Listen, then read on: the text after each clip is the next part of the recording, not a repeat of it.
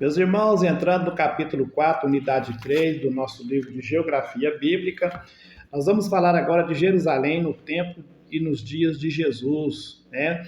E eu trago aqui três grandes pontos que vão ser objeto aqui do nosso análise, do nosso estudo, aqui no capítulo 4, aqui na página 133. A região da Palestina, como nós já vimos na aula passada, ela é formada ali por cinco regiões, né? Região da Pérea, Galileia, Decápolis, Pérea e aquela região lá muito pouco falada, né? A Gaulanítide. A Palestina no Novo Testamento, embora ela era dominada pelo poderoso Império, né, romano, como nós já estudamos no capítulo passado, ela era dividida nessas regiões, né? E dentro dessa divisão dessas cinco regiões, há duas regiões aí bem distintas, né? Que são a Judéia e a Galileia. E dentro da Judéia tem uma parte ao norte ali da Judéia que é Samaria, né? Que mesmo pertencendo à região da Judéia, era uma região de muita importância no cenário bíblico. Cada uma com as suas particularidades, foi palco de importantes acontecimentos bíblicos, né? Ali ao sul, a gente olhando no mapa, né, bem aqui ao sul, a gente vai enxergar ali a região da Judéia, bem dentro da Judéia, mas só que mais ao norte, nós vamos mais ali ao centro, nós vamos encontrar ali Samaria, mesmo pertencendo à Judéia, mas ali naquela região central. E lá em cima, ao norte, nós vamos ver no nosso mapinha a região da Galileia, né? Fica bem ali no norte, como nós podemos ver aí no mapa. Essas são as principais cidades dessa região muito importante da Palestina. E o livro, ele vai começar a destacar aí as cidades, né, da região da Judéia, lá no capítulo 4, e item 1, 4.1, a região da Judéia. Tinha ali várias, o livro traz aqui, ele menciona aqui essa cidade, nós vamos falar aqui um pouquinho sobre essas cidades importantes que foram palco de grandes acontecimentos bíblicos, né? Por várias vezes nós passamos os nossos olhares sobre as páginas da Bíblia e nós vamos encontrar acontecimentos sendo realizados nessas cidades. A primeira, Jerusalém, né? Esta é uma cidade imponente, né? É uma cidade formada ali por uma cadeia de montes, né? Uma forma de vários montes, e era a espinha dorsal ali da região, de toda aquela grande região da Judéia.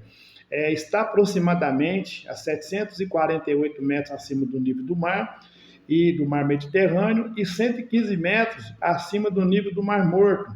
Por isso, olha que importante, por isso, quem quiser ir a Jerusalém, não desce, mas precisa de subir, né?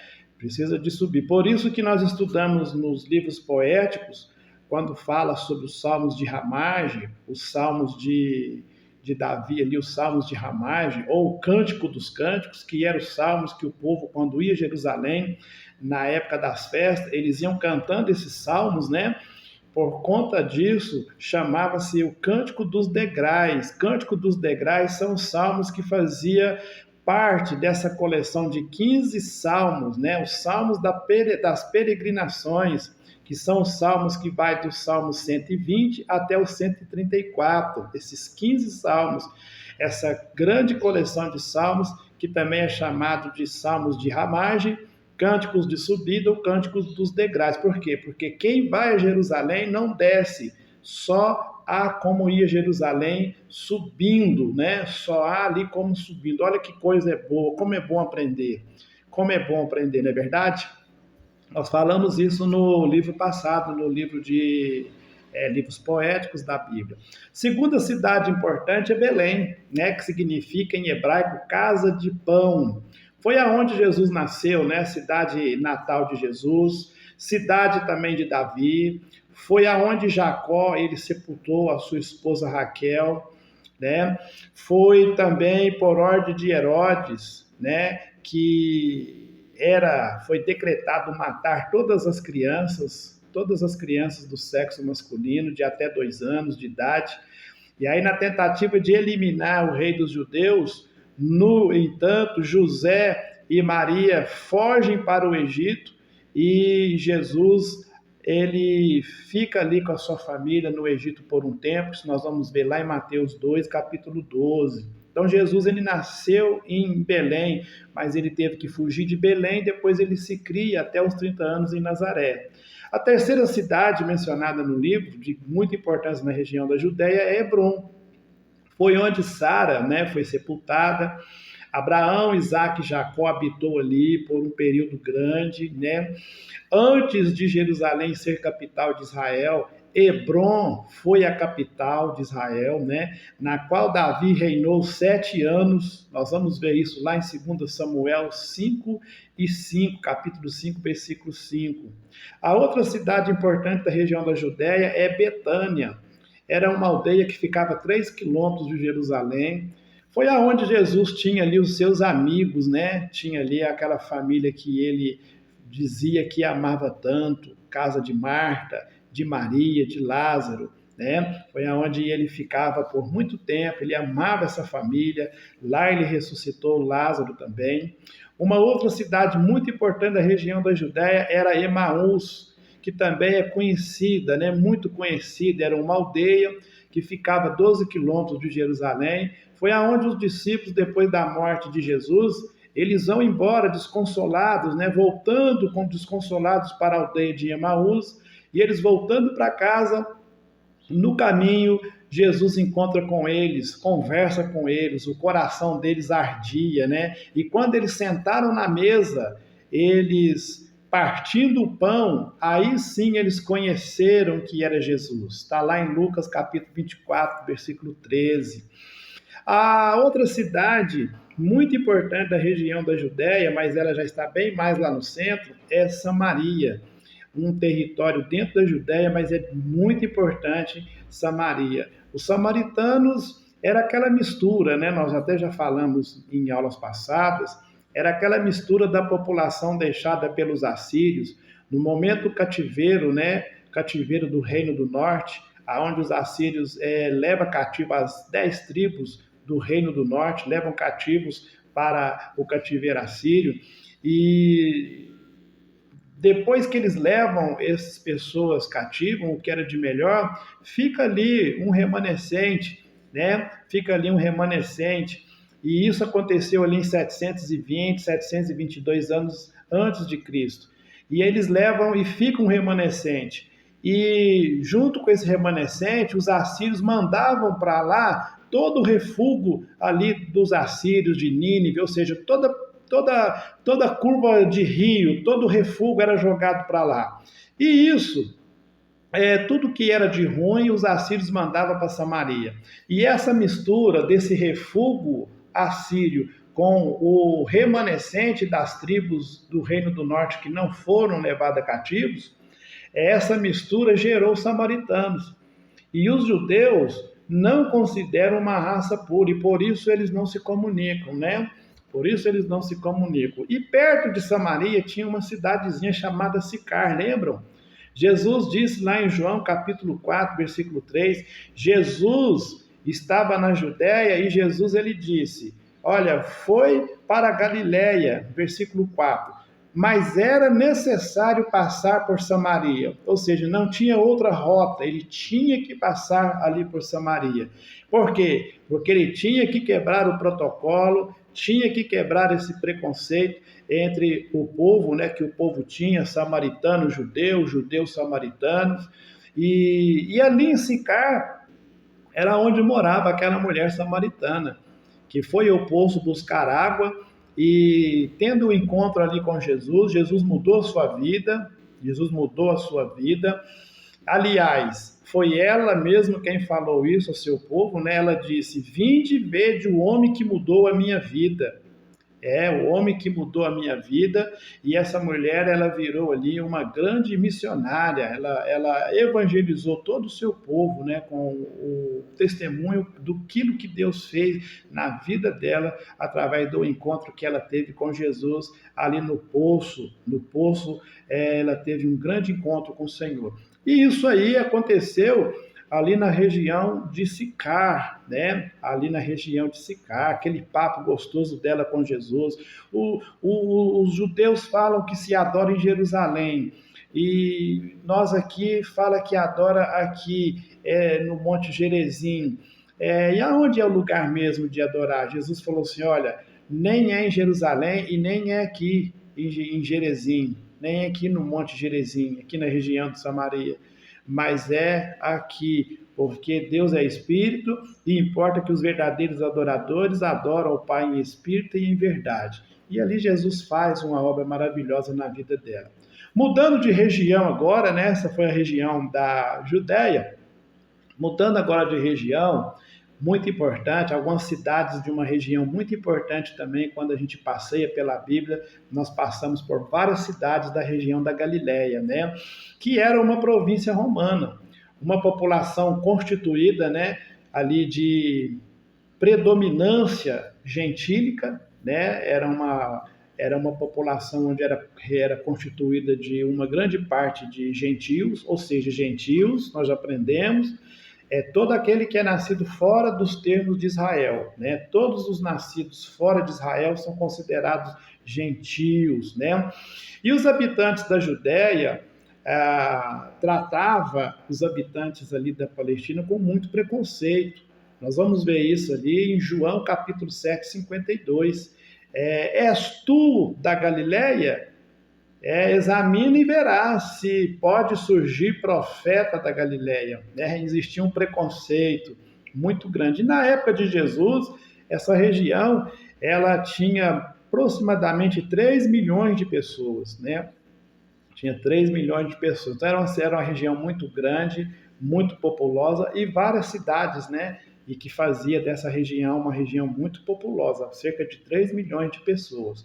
E nós vamos ver aqui agora algumas cidades importantes dessa região. Olha só a primeira que o escritor nos apresenta, aqui no nosso livro. Nazaré, isso, Nazaré, Jesus Cristo de Nazaré. Foi aonde o anjo Gabriel, ele anunciou a Maria o nascimento de Jesus, Lucas 1, né, capítulo 12 e também 27.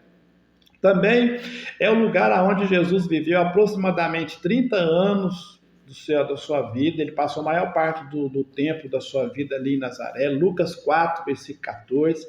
Jesus, ele nasce em Belém. Ele nasce em Belém, mas o imperador, o José, atendendo à ordem do imperador, do recenseamento, né?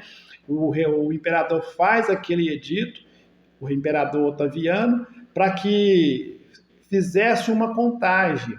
E José, por conta disso, volta para Belém. E lá em Belém ele faz esse alistamento, mas depois ele volta para Nazaré e ele vai viver. E Jesus, ele vive ali a maior parte da sua vida, né? Jesus, ele vive ali aproximadamente até os 30 anos. Lá em Nazaré, Jesus, ele ensina nas sinagogas, Lucas capítulo 4, versículo 15, mas era uma cidade pequena, era uma cidade que não era respeitada. João capítulo 1, 46, veja bem a pergunta, né, que Natanael ele faz para Filipe: pode vir alguma coisa boa de Nazaré? O desprezo que Nazaré tinha, era uma cidadezinha pequena, sem muito valor. Na verdade, lá não veio como Natanael perguntou a Filipe: pode vir alguma coisa boa de Nazaré? Na verdade, lá não só veio uma coisa boa, mas veio a melhor coisa boa, né? Que é Jesus Cristo, veio de lá de Nazaré. Além disso, o próprio Jesus foi rejeitado também nessa cidade, onde ele viveu até os 30 anos, Lucas 4, 28 e 30. Jesus, ele passou por rejeição lá nessa cidade. A segunda cidade importante da Galileia chama-se Caná da Galileia, né? O nome até já diz, Caná da Galileia. Jesus e Maria foram convidados para um casamento, e nesta cidade, que ficava ali 13 quilômetros de Nazaré, ali Jesus apresentou-se ao mundo, né? Ele se apresenta ao mundo, ele faz seu primeiro milagre, ele transforma a água em vinho e traz alegria ali aos noivos e traz alegria aos pais dos noivos e aos convidados. Lá também nessa região da Galileia ficava a cidade de Naim, né? Lembram da viúva de Naim? Lá na região da Galileia. Conta a palavra de Deus que uma mulher viúva estava chorando a morte do seu filho, e Jesus ele vai ressuscitar aquele jovem. Ele toca no esquife e aquele jovem ele é ressuscitado. A Bíblia diz que Jesus estava entrando nessa cidade de Naim. Ele estava entrando e uma outra multidão estava saindo da cidade para fora para fazer o sepultamento, o enterro de um jovem, de um rapaz que tinha morrido. E vendo Jesus, o choro daquela mãe, Jesus fala para ela: mulher, não chores. Olha que palavra bonita, mulher, não chores. E Jesus toca no esquife e o morto, ele ressuscita. E isso aconteceu nessa importante cidade chamada Naim. A próxima cidade importante da região da Galileia é também a cidade muito famosa, muito conhecida, chamada Cafarnaum, para muitos conhecida como cidade de Naum. A base de Jesus era ali nessa cidade, Cafarnaum.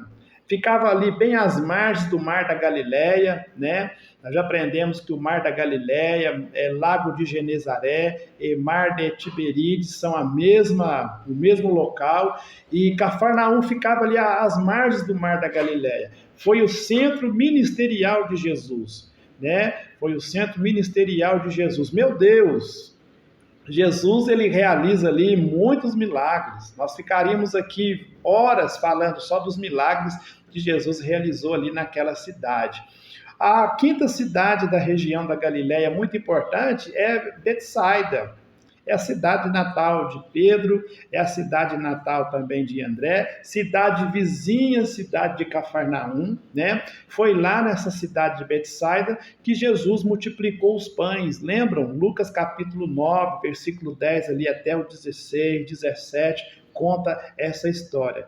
E a quinta cidade da região da Galileia é a região de Cesareia de Filipe. Isso, uma cidade construída pelo grande Herodes em homenagem ao Crápula. Eu sempre, quando eu vou referir-se ao imperador Nero, eu refiro também com o adjetivo de Crápula, né? Herodes constrói essa cidade, Cesareia de Filipe, em homenagem ao Crápula do imperador romano Nero.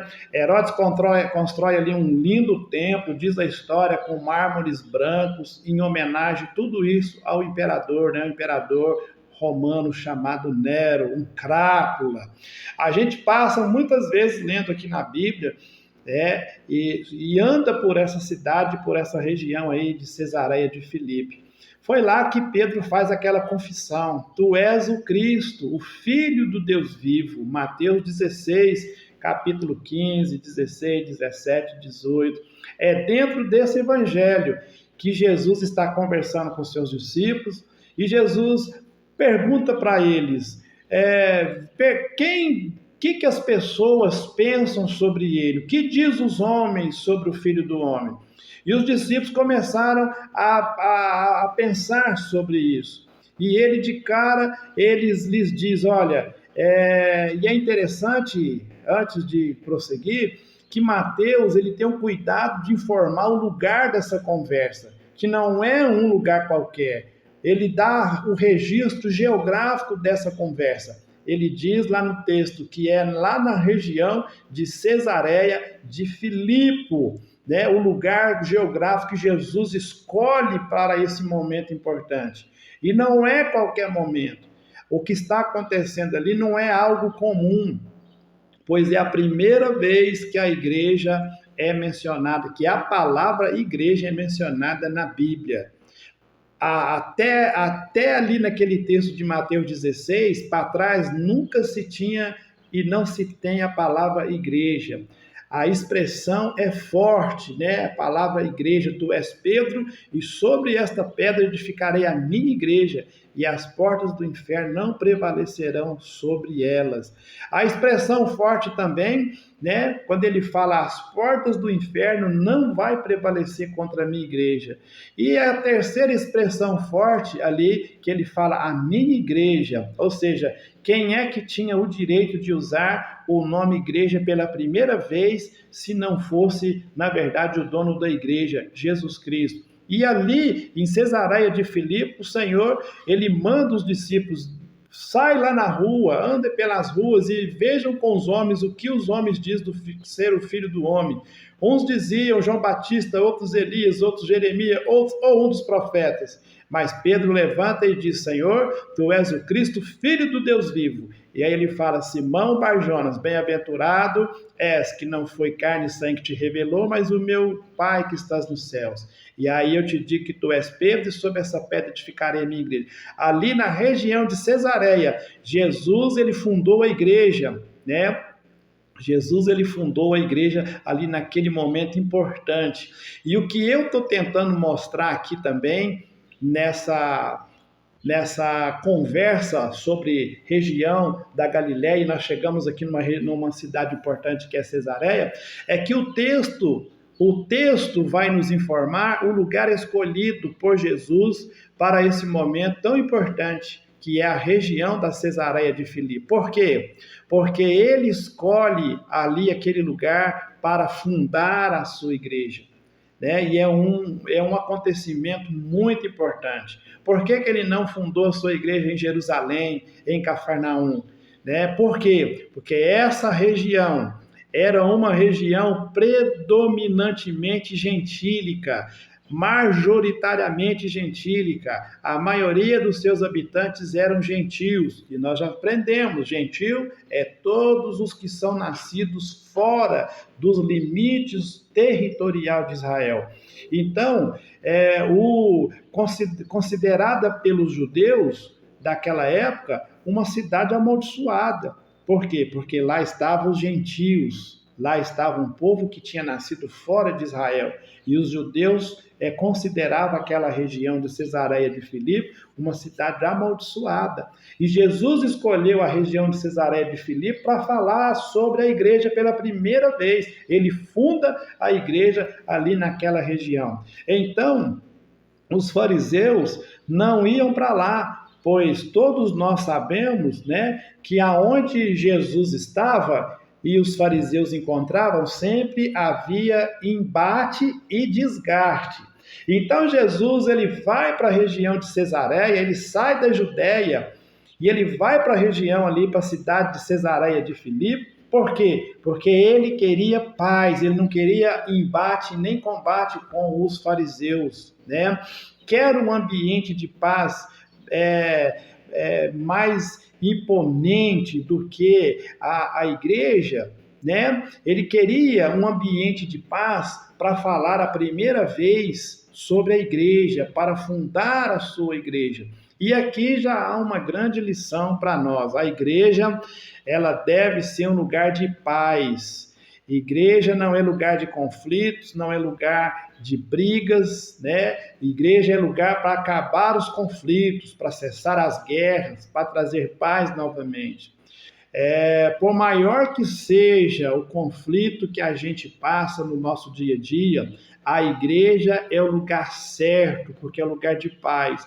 Porque na igreja é o lugar que quem comanda é o príncipe da paz. E nessa região foi que ele fundou a sua igreja. Ele vai para lá para ter paz, porque lá não tinha fariseus, era uma região gentílica, amaldiçoada pelos judeus, para ele falar de igreja pela primeira vez. Então é nesse ambiente que Jesus começa a conversar com seus discípulos, que diz os filhos, que diz os homens, né, do Filho do Homem. E aí vai ter toda aquela conversa ali com Pedro e com os discípulos. Bem, eu quis aqui destacar as principais cidades dessas duas regiões importantes, né? Essas duas regiões muito importantes que nós encontramos aqui no nosso livro, né? Agora nós vamos lá para a página 138. A página 138, nós vamos falar também uma coisa muito importante, né? Um assunto muito interessante que nós vamos que passa também, né? Passa também pelo nosso estudo aqui desse livro, que é sobre as instituições religiosas, né? Nós vamos falar aqui, vamos passar aqui para vocês também, sobre o tema do estudo, também aqui, muito importante, que o assunto é sobre as instituições religiosas, ou seja, nós temos três, o templo, a sinagoga e o sinédrio, essas três instituições religiosas que é muito importante para o nosso conhecimento também. Está lá na página 138 a seguir. Primeiro de tudo, obviamente, né, o primeiro é o templo, né? Eu vou mandar uma foto da maquete, da perspectiva do templo, né? Uma foto olhando o templo assim em perspectiva, como deveria ser o templo no tempo de Jesus, que não é o templo de Salomão, não é o templo que Salomão construiu, porque o templo que Salomão construiu ele foi destruído, mas esse templo aqui, por ordens de Herodes, ele foi reconstruído e foi chamado de o grande templo de Herodes. Na foto vocês vão ver também ali os muros, né? Os muros em volta do templo, era um templo cercado, né? O templo era todo cercado, toda uma estrutura magnífica, uma arquitetura esplendorosa e uma arquitetura muito bonita. Também eu vou mandar uma foto com a planta, né? Com as divisões ali em planta, para que vocês possam ver como eram ali os detalhes, o lugar santo, o lugar santíssimo, o átrio dos gentios, a sala das mulheres, a sala da lenha, lugar dos leprosos. E vocês vão ver como é que funcionava o templo do templo de Jesus, esse templo construído por Herodes. E foi nesse templo que os sacerdotes, eles resistiram, lembra? Nós aprendemos isso no Império Romano. A gente aprendeu isso agora no Império Romano, né? Numa videoaula que nós mandamos para os irmãos, nós falamos essa história, esse fato histórico. Foi nesse templo que os sacerdotes, eles vão resistir até por certo tempo, mas depois eles não vão conseguir resistir mais, eles vão resistir o Pompeu, esse grande general chamado Pompeu, que ele chega ali quando a Roma, o Império Romano, ele assume, né? Ele assume todo o território e eles entram em Jerusalém e eles vão para o templo. E Pompeu chega lá com as suas legiões de soldados e eles tentam entrar no templo ali por volta de 63 a.C. e eles não conseguem entrar.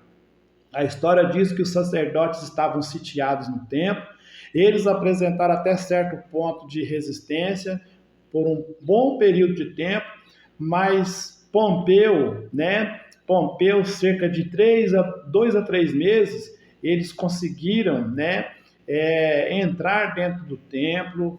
Os sacerdotes resistiram bem ali até por volta de 3 meses, mas eles não conseguiram mais resistência. Era um exército forte, poderoso. E aí Pompeu, ele entra no templo, ele massacra todos os sacerdotes ali, matam muitos, né? E assim foi a chegada imponente do Império Romano sobre Jerusalém, né?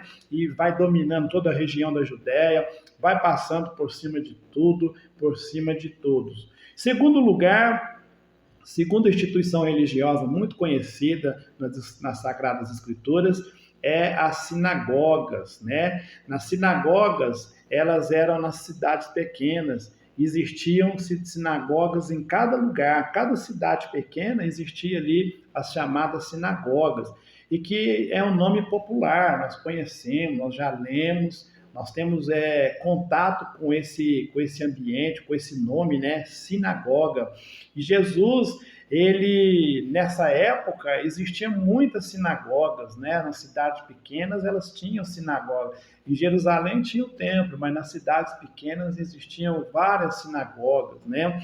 E Jesus, por exemplo, ele entra na sinagoga de Nazaré, e a Bíblia diz que lá ele lê o texto do profeta Isaías. Jesus, ele entra na sinagoga, ele lê ali um trecho da Sagrada Escritura, onde o profeta Isaías diz ali no capítulo 61, versículo 1 e 2, e ao terminar essa escritura, ele diz, olha, hoje se cumpriu esta passagem da escritura, né? Com essas palavras ele afirma que ele veio para libertar, ele veio para salvar e para tornar, né, presente ali a salvação através de Jesus por todos. Ele diz, olha, o Espírito do Senhor está sobre mim, portanto me ungiu para pregar o evangelho aos pobres, me enviou para curar os quebrantados de coração e para proclamar liberdade aos cativos, dar vista aos cegos e pôr em liberdade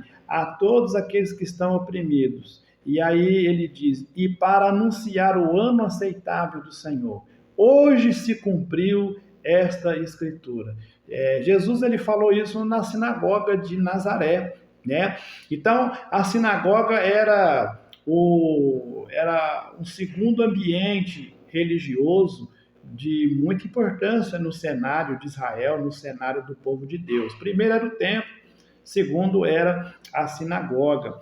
E a sinagoga, nós aprendemos aqui no nosso livro de Geografia Bíblica, que era administrada por uma comissão de 10 homens. Isso. E cabia ao chefe da sinagoga sempre a palavra final. Por exemplo, nós temos o exemplo na Bíblia Sagrada de que Jairo, né, a Bíblia diz, ela fala enfaticamente que Jairo era o quê? Jairo era chefe da sinagoga no tempo de Jesus. A história de Jairo ficou conhecida por todos nós, né, por causa da filha dele que foi ressuscitada pelo Senhor Jesus, né? E o terceiro ambiente importante, além do templo, além da sinagoga, é o chamado sinédrio. Isso, chamado sinédrio. Sinédrio, meus irmãos, era uma assembleia religiosa judaica no templo de Jesus. Os membros do sinédrio, eles governavam e julgavam o povo judeu. Claro, de acordo, né, sempre de acordo com a lei de Moisés e com as tradições judaicas. Jesus, por exemplo, foi julgado pelo sinédrio antes de ser crucificado, né? Ele foi julgado pelo sinédrio antes de ser crucificado. O sinédrio, ele era composto por 71 líderes importantes na sociedade. Esses líderes não era qualquer um que fazia parte, né? Eram pessoas importantes da sociedade que conheciam as leis judaicas, conheciam a Torá de frente para trás, de trás para frente, né? Eles eram homens bem preparados mesmo, e eles reuniam em Jerusalém para tomar essas decisões e julgar aí os crimes que eles chamavam de crimes religiosos. O Sinédrio, ele era composto por 71 homens, né? E ele era liderado, chefiado pelo sumo sacerdote. O sumo sacerdote era o que sentava no centro. Vocês vão poder ver isso na foto também, né? Uma mesa bem, quase que uma meia-lua, e o sumo sacerdote sempre sentado ao centro. E eram compostos de 71 homens, né? 70 homens mais o sumo sacerdote.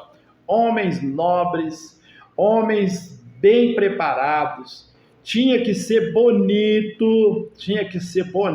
igual eu, tinha que ser alto, né?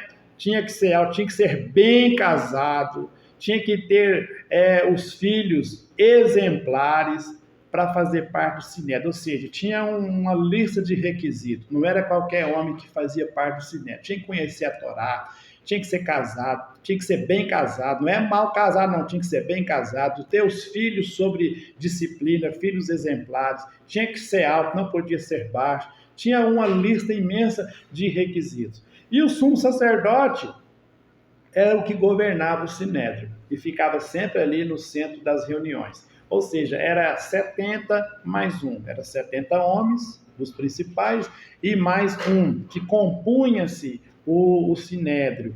Jesus e alguns dos seus discípulos, por exemplo, foram levados perante o sinédrio, acusados de crimes religiosos. O sinédrio realizava julgamento, decidia quem era culpado, quem era inocente, determinava o castigo, determinava a morte, se fosse morte de cruz, ou castigo, ou açoite, né, a quarentena de açoite. Por vezes o sinédrio tinha de pedir permissão também às autoridades romanas para executar a pena de morte. O sinédrio julgava, condenava, mas quando ia acontecer ali a punição por morte, a execução, eles tinham que ter ali a anuência ali das autoridades romanas. Foi o que o sinédrio fez ali em João, capítulo 18, e versículo 31, né? E o sinédrio também, como qualquer outro órgão, né, ele era muito corrompido. O sinédrio havia muita corrupção, tanto no julgamento de Jesus, né, como no julgamento de Estevão. O sinédrio ele aceita acusações que eram claramente falsas, né, e condena ali homens inocentes, como condena a morte, como nós podemos ver em Mateus 26, condenam Jesus, como nós podemos ver também em Atos dos Apóstolos 6, do versículo 12, quando o sinédrio condena Estevão, né, inocentes.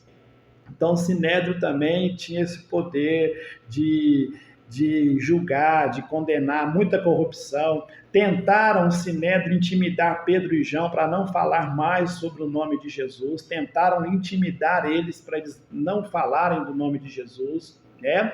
E aqui encerra essa parte, e eu quero deixar aqui uma polêmicazinha para vocês. Paulo era casado ou Paulo era solteiro? Eu quero deixar aqui essa polêmicazinha para nós aqui. Nós aprendemos sobre o sinédrio, não é verdade? Paulo era casado ou Paulo era solteiro? Para aqueles que defendem, que argumentam que Paulo ele era casado, eles apresentam aí uma linha de interpretações, como por exemplo, Paulo era fariseu, provavelmente era membro do sinédrio, e para tanto deveria ser casado, né? Atos 7:58, Atos 8, Atos 9, Atos 26, versículo 10. Também para aqueles que são a favor de que Paulo era casado, segundo argumento, Paulo ele dá conselho para os casais, 1 Coríntios 2, Efésios 5, 22. Paulo também, um dos pré-requisitos para o candidato ao ministério, segundo ele ensina Timóteo, é que fossem os obreiros marido de uma só mulher, 1 Timóteo 3, Tito também 1 e 6, 1 Timóteo 3, 2 a seguir. Paulo também, em 1 Coríntios 9, Paulo deixa claro a entender que ele era casado sim, né? Não, olha o que ele diz: não temos nós direito de levar conosco uma mulher irmã, como também os demais apóstolos e os irmãos no Senhor? Atos 9 e 5, ou seja, dá a entender que ele era casado. Também tem aqueles que argumentam que Paulo ele era solteiro. E os que argumentam que Paulo era solteiro, eles argumentam na seguinte base e na seguinte teoria de que Paulo queria que todos fossem como ele, que não tocasse mulher.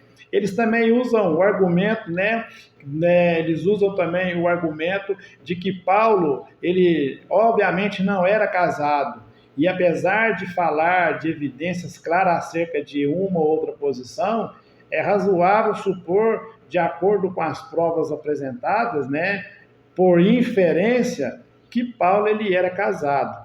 E eu creio que é uma questão, como outras igualmente polêmicas, não está fechada, mas é muito possível de pesquisa. Lógico, isso não interfere na nossa salvação, se Paulo era casado ou se Paulo era solteiro. Eu só lancei aí essa pequenina polêmica para a gente discutir. Paulo ele era casado ou Paulo ele era solteiro? há argumentos fortes e indícios fortes de que ele era casado, e um deles era que ele era membro do Sinédrio, e para ser membro do Sinédrio precisaria de ser casado e bem casado. E há argumentos que falam que Paulo não era casado, Paulo era solteiro, porque ele fala, né, aos solteiros eu quero que fique como eu, que não toque também mulher. Então aí uma polêmicazinha. Deus abençoa nós. Nós vamos prosseguir agora para finalizar o capítulo a unidade de número 3.